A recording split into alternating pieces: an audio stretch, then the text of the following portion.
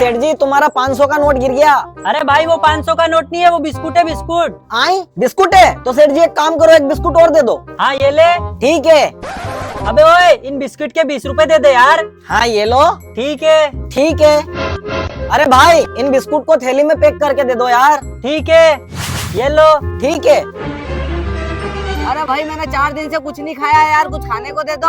अरे यार मेरे पास में तुझे देने के लिए कुछ भी नहीं है, पर हाँ मेरे पास में ये 2 बिस्कुट है, एक तू खा लेना एक मैं खा लूंगा। पागल है, 500 के नोट को बिस्कुट बता रिया है। लो सेठ जी 5 किलो आटा देना।